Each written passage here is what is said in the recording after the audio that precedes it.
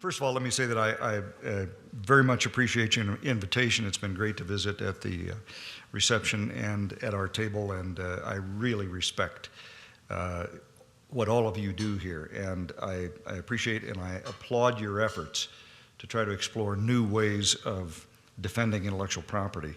And I'm amazed at how rapidly the notion has crept into our society that it's not necessary or perhaps even desirable to provide protection for, at least much protection for intellectual property. So tonight what I'd like to do is to try to lay the foundation for a defense of intellectual property rights based on more than economics and more than just the desirability of providing a mechanism for compensating people who take the time and trouble to try to innovate. Both of those are important and a big part of the defense of IP protection. But what I think we can do is make another case, a case that institutional protection for intellectual property is essential for human flourishing and for the advancement of society, separate and apart from those other arguments. So, what causes a society to flourish? Well, you could open a history book for the last 60 years ago, and if you were from Mars, you might conclude that sand was the star of the second half of the 20th century. The integrated circuits in our iPads, our cell phones, our computers, all of these, of course, are made from the silicon and sand. And probably the food tonight was either cooked with gas or electricity generated by gas as a result of sand being mixed with water and injected into the ground to frack the gas to be released. So, pretty handy thing, sand. But we all know that sand did not cause the unprecedented economic growth and development of the recent decades.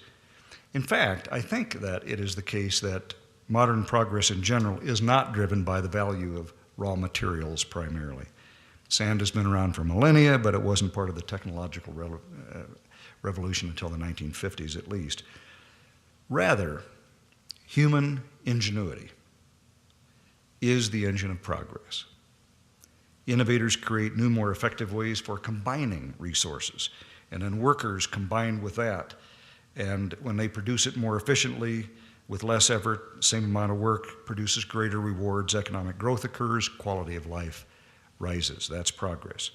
So I don't credit the sand for the chips in my phone and my computer and my car, but I credit the innovation of the integrated circuit in 1958. And I thank the chain of innovators since who have managed to double the number of transistors on an integrated circuit every 20 months ever since.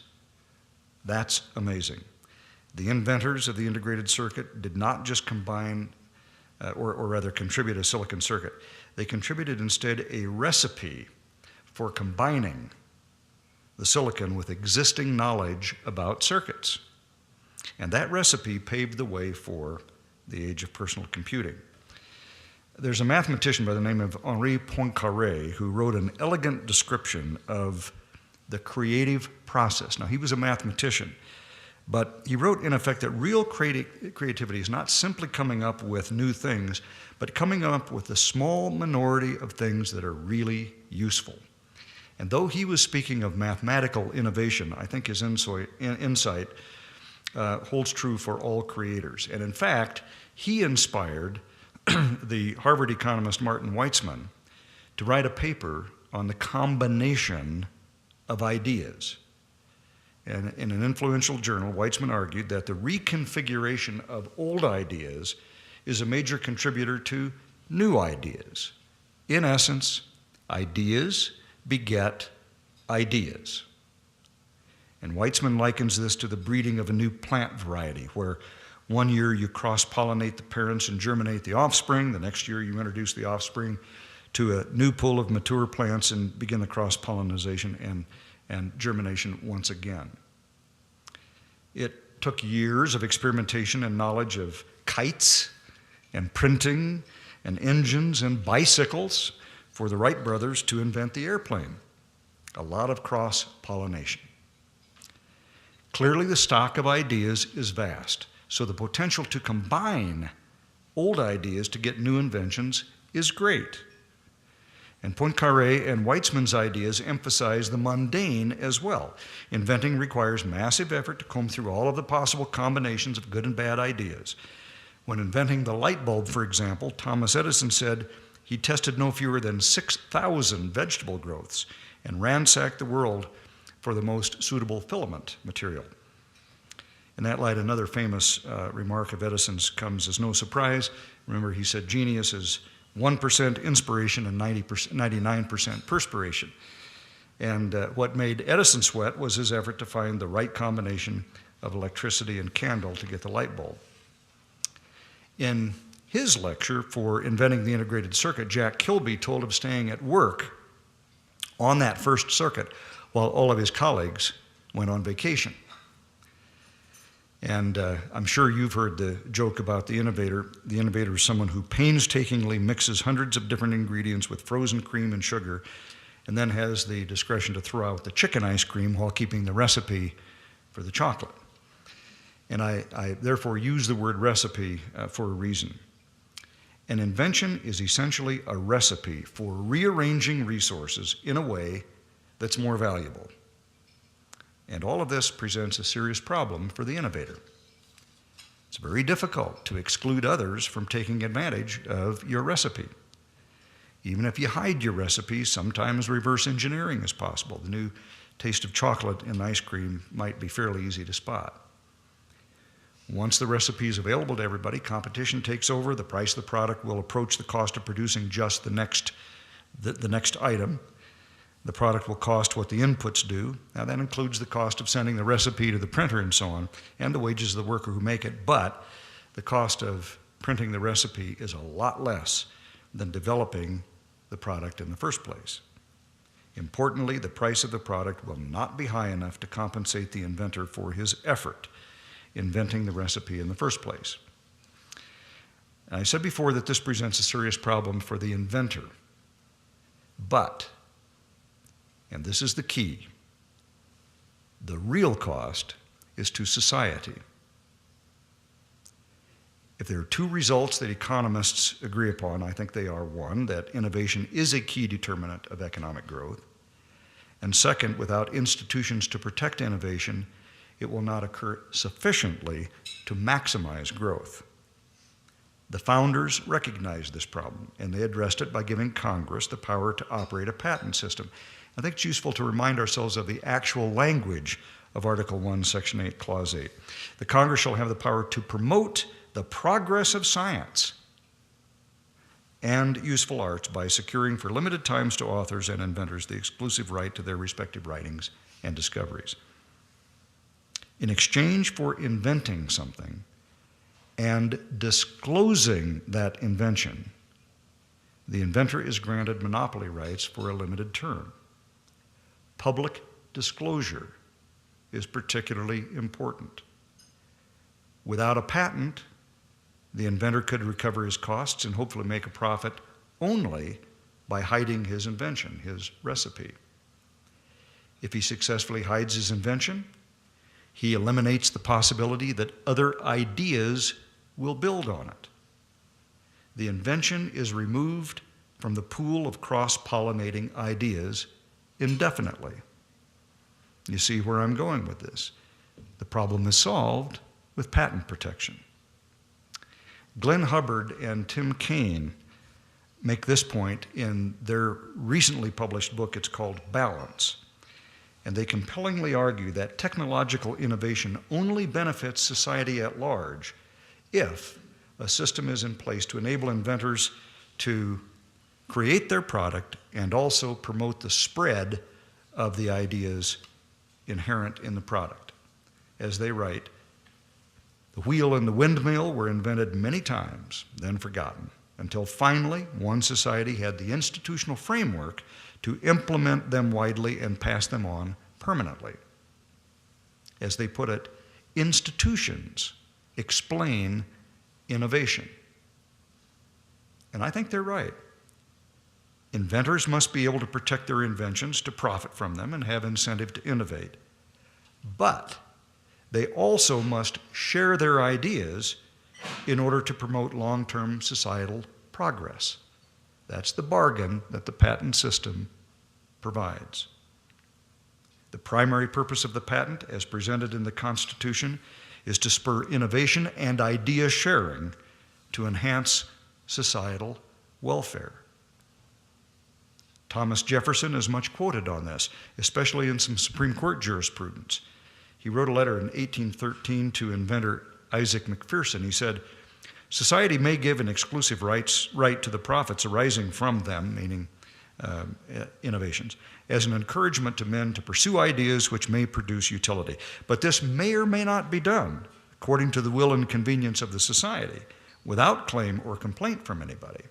In other words, Jefferson believed that the rights in intellectual property were not at the same level as natural rights to tangible property, that it was rather society itself that decided to protect intellectual property in order to spur innovation and produce benefits to society.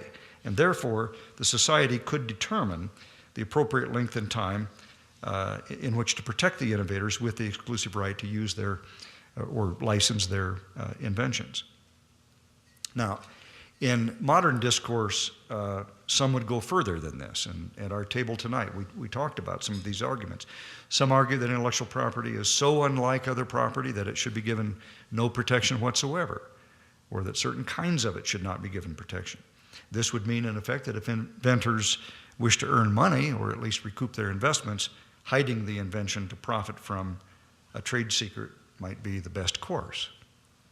But this approach is contrary to the whole notion of the innovation's potential to benefit society, as it does when shared under the privileges of the rule of patent law for a limited period of time. Drafting the Declaration of Independence, Jefferson drew on the Virginia Declaration of Rights. But remember, he removed the explicit right to property. In fact, he replaced it with the now famous right to the pursuit of happiness. And as I've thought about this, it seems to me that in many ways the pursuit of happiness is the perfect way to think about patents and innovation. Because in study after study, modern science tells us about two contributors to happiness. Now, there are others, of course, but these two are relevant because I think they relate directly to innovation. One, we know people are happier when they feel that they have earned their success. I'd rather work for my paycheck than be given it. And surveys indicate that other Americans feel the same way. And we also know that people are happier when they feel that they're contributing to society. Adam Ferguson said, "Courage and a heart devoted to the good of mankind are the constituents of human felicity." And I think he's right. Patents are designed to provide pecuniary and reputational success for those who earn them. And this, in turn, maximizes the benefits to society as a whole through the cross-pollination of multiple ideas. And the benefits are economic, they're practical, I submit they are also moral. And I think here it bears repeating some words of Jefferson.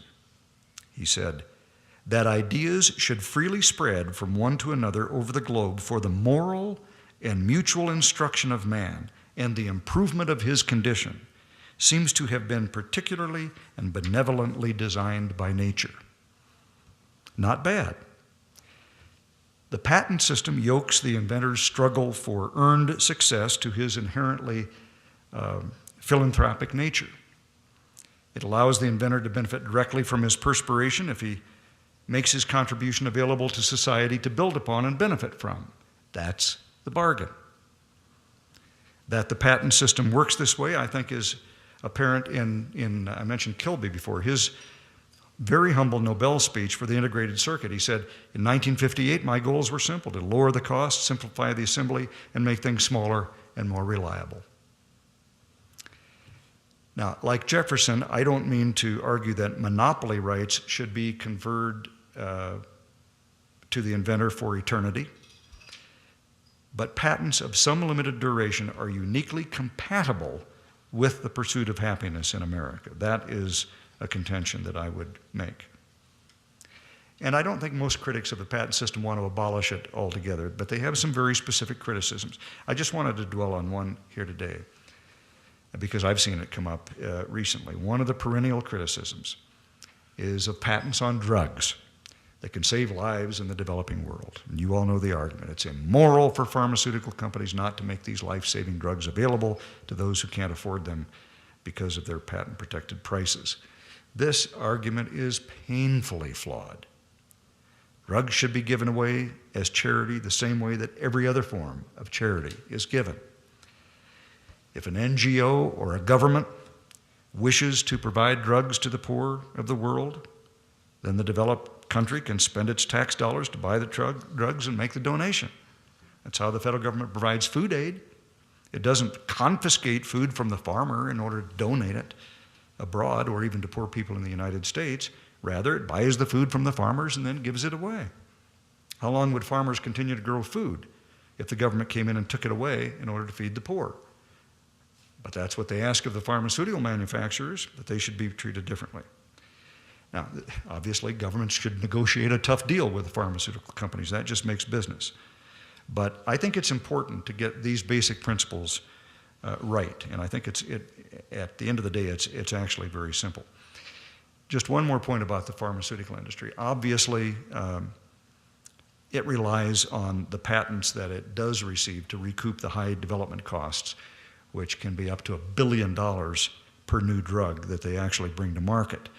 And these R&D costs have to be recouped on the one drug out of maybe thousands that they're trying to work with, that they've tested, but maybe only one comes to market.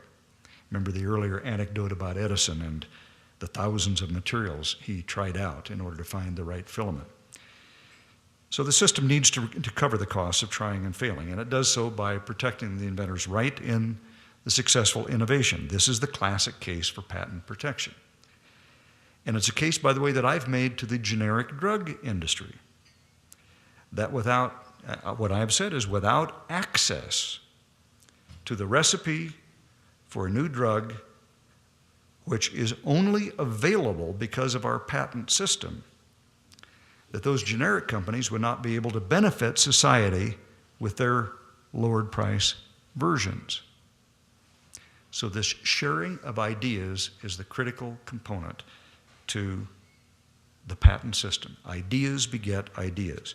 Now, just a couple of closing points. This leads some to argue that strong patent rights increase the cost rather of using ideas, and it might actually slow down innovation. And superficially, there's some merit to the argument that if you've got an idea out there and you protect it, that it's not being shared.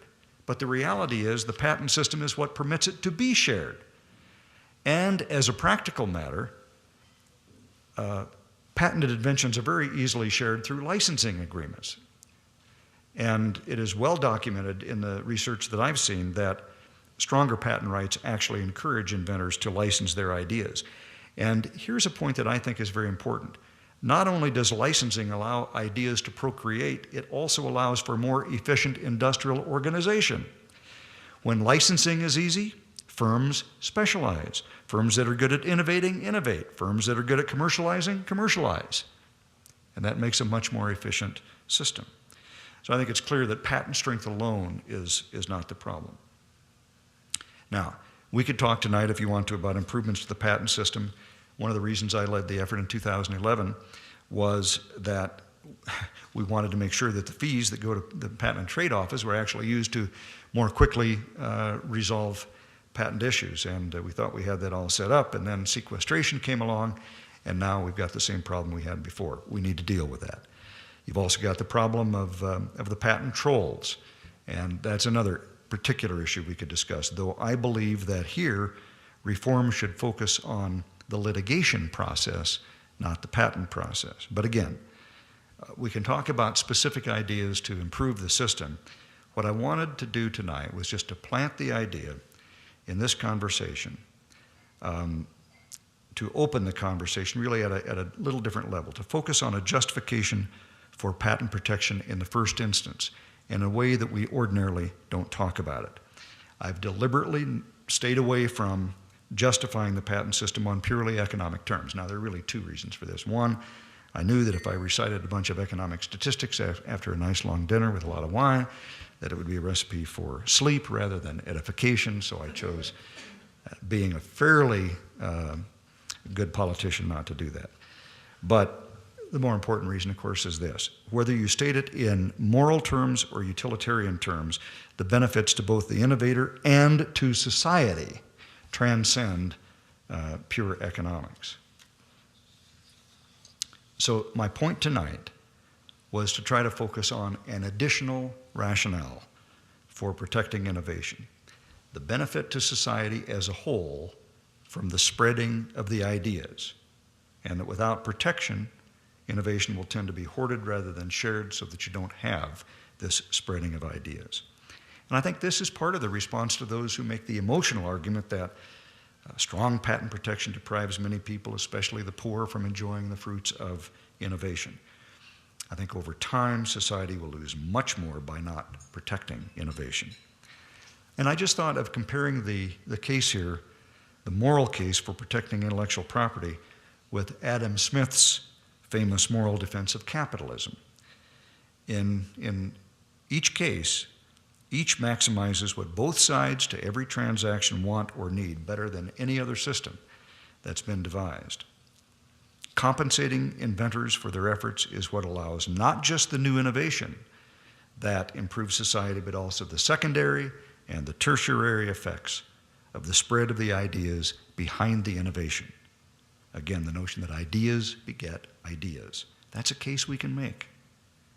And relying on an institutional system that maximizes the spread of innovation throughout society is, I think, both moral and utilitarian. And I submit that those who defend the importance of protecting patents must rely on both prongs in making our case. So thanks very much for the opportunity to visit with you tonight. I'd really like to have an opportunity for a little bit of an informal conversation and questions, or if I could solicit your ideas, that would be helpful too. So thanks very much.